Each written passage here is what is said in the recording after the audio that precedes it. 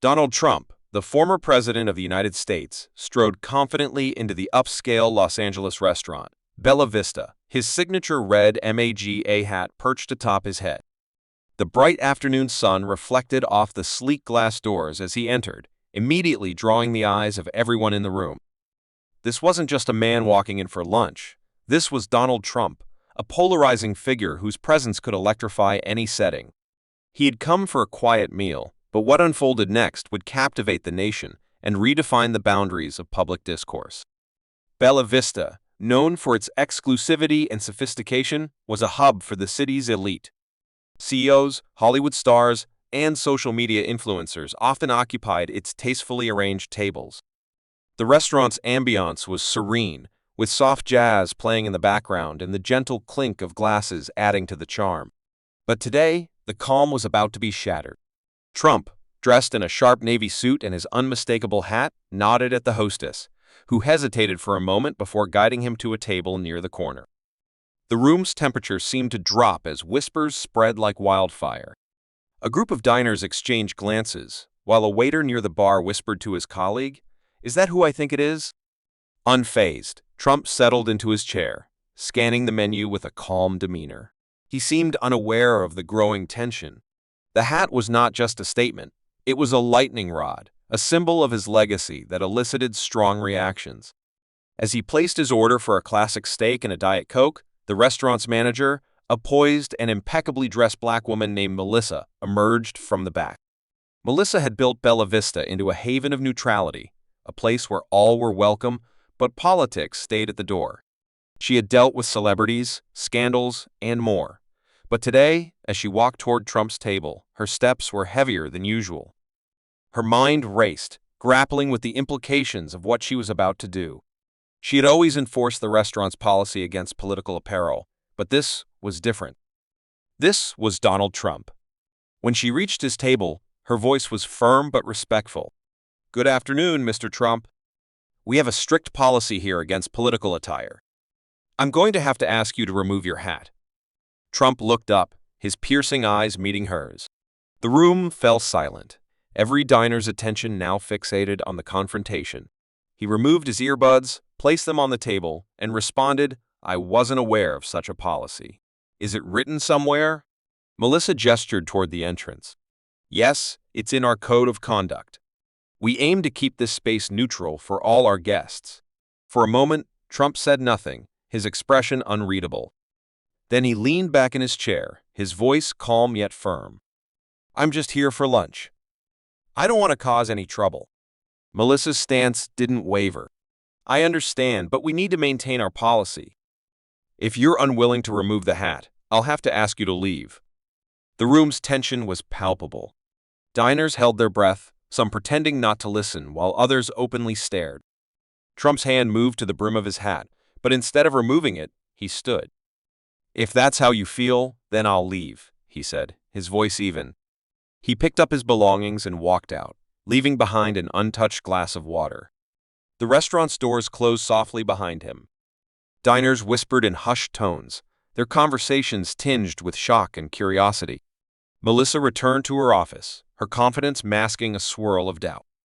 Outside, Trump paused on the sidewalk, adjusting his hat and taking a deep breath.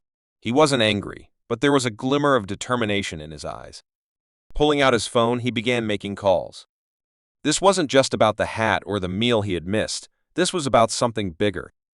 Meanwhile, back in the restaurant, the incident had started to spill onto social media.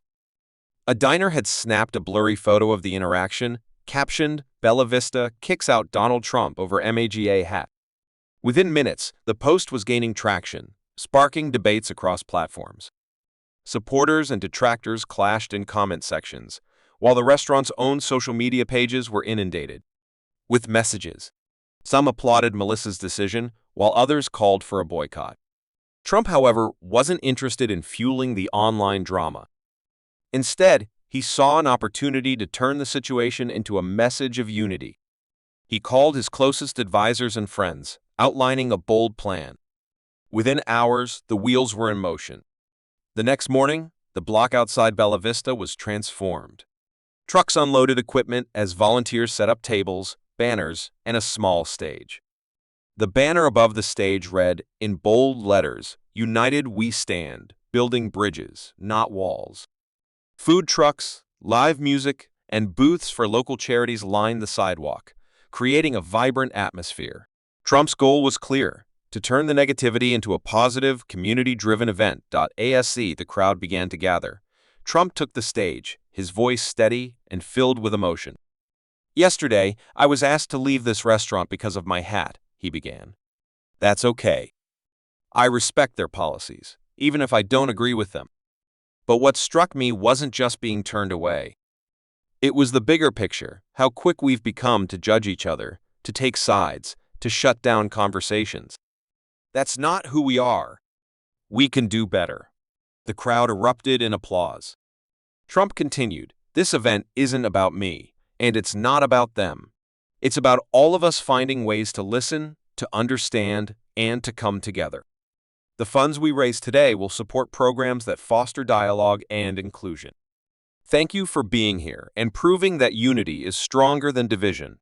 Inside the restaurant, Melissa watched the event unfold from the window, her feelings a mix of pride and unease.